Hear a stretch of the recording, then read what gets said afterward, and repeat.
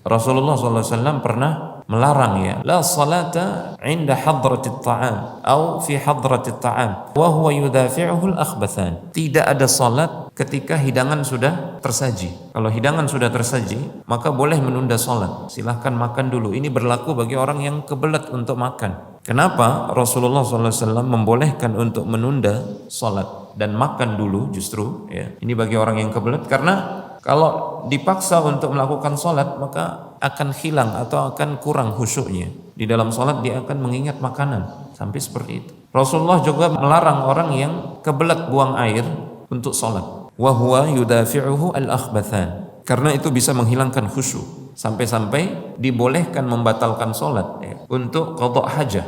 Kemudian kembali lagi masbuk. Sampai seperti itu. Rasulullah SAW bersabda, "Idza ishtaddal har fa'abridu bis salati." Kalau panas itu sedang puncak-puncaknya, maka tunda salat. Abridu bis salat, sampai cuaca atau udara tidak panas lagi atau berkurang panasnya. Karena panas itu bisa menjadikan kita tidak khusyuk dalam salat. Ini kasus ketika salat zuhur, ketika di musim panas, di puncak-puncak panas itu, maka Rasulullah SAW menganjurkan ditunda salatnya. Bayangkan keutamaan sholat di awal waktu, bahkan sampai dikorbankan untuk mendapatkan keutamaan yang namanya khusyuk.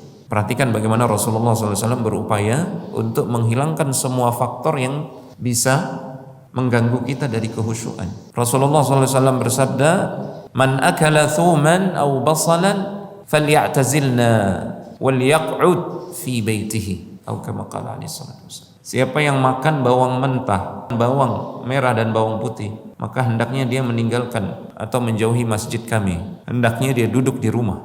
Makanya para ulama mengatakan siapa yang sengaja makan bawang ketika dia mendengar azan, dia tahu hukumnya, maka dia berdosa. Ya, seakan-akan dia sengaja untuk tidak hadir sholat berjamaah. Kenapa? Karena aromanya itu bisa mengganggu kehusyuan. Saking Rasulullah SAW itu berupaya untuk menghilangkan semua faktor yang bisa mengganggu kehusyuan. Rasulullah SAW pernah dikasih hadiah pakaian yang bercorak, khamisah, oleh sahabat beliau yang bernama Abu Jaham bin Hudzaifah. Dipakai oleh Rasulullah SAW pakaian tersebut. Fanadhara ilaiha nadhratan. Dalam riwayat Aisyah disebutkan Rasulullah melirik ke pakaian yang bercorak tersebut, sekali lirik. Kemudian setelah salam, beliau melepaskan pakaian tersebut, kemudian beliau minta dibawa pakaian tersebut ke Abu Jaham bin Hudzaifah, minta ganti pakaian yang polos. Apa kata Nabi? Fa innaha alhatni anifan an salati.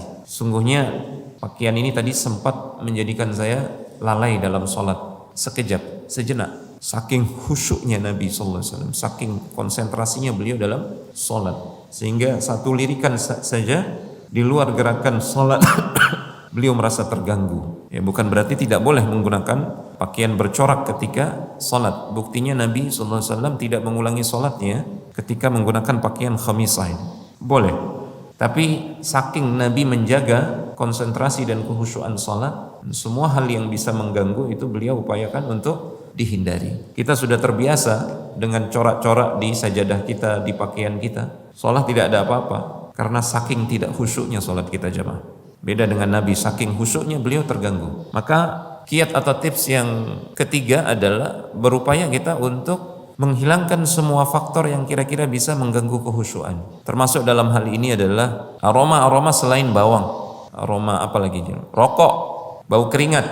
Termasuk juga dalam hal ini suara-suara yang mengganggu. Ini nasihat bagi orang tua yang membawa anak-anak ke masjid. Rasulullah SAW bersabda, "Muru auladakum bis salati wa hum abna'us sab'i sinin." Suruh anak kalian salat kalau mereka sudah beranjak usia 7 tahun. Artinya di usia 7 tahun itu kata para ulama mereka sudah memasuki usia tamyiz, sudah bisa disuruh diam lah. Tapi kalau belum bisa disuruh diam, lari-lari di masjid, ini bisa mengganggu kekhusyuan jamaah yang lain. Tapi kalau sudah kadung bawa anak, dia nggak bisa diam, disitulah berlaku gerakan di luar sholat yang dibutuhkan. Gendong dia, pegang dia, gendong dia. Itu diajarkan oleh Rasulullah SAW. Beliau pernah menggendong Umamah. Termasuk dalam hal ini, baru selesai olahraga, main futsal, main bola, ya sampai azan, kemudian langsung sholat. Aroma mengganggu. Orang kalau ada khusyuk di dalam hatinya, ketika azan berkumandang, atau bahkan sebelum azan dia sudah bersiap untuk menghadap Allah Subhanahu wa taala. Ini tanda orang yang bersiap-siap, dan Allah akan memberikan kekhusyuan kepada orang-orang yang seperti itu. Karena Allah berfirman, "Walladzina jahadu fina lanahdiyannahum subulana." Orang-orang yang bersungguh-sungguh berupaya bermujahadah menempuh jalan kami akan berikan hidayah, taufik. Allah akan berikan kekhusyuan itu. Termasuk dalam hal ini juga bahkan Rasulullah melarang kita untuk tergesa-gesa dalam sholat, mengejar rakaat tapi lari-lari. Suara kakinya itu mengganggu jamaah yang lain. Ketika sampai di shaf, nafasnya terengah-engah, dia nggak bisa khusyuk. Makanya Rasulullah disuruh kita itu berjalan sekalipun kita ketinggalan rakaat bil waqar, dengan penuh ketenangan, bitta'anni, dan tidak tergesa-gesa demi kekhusyuan.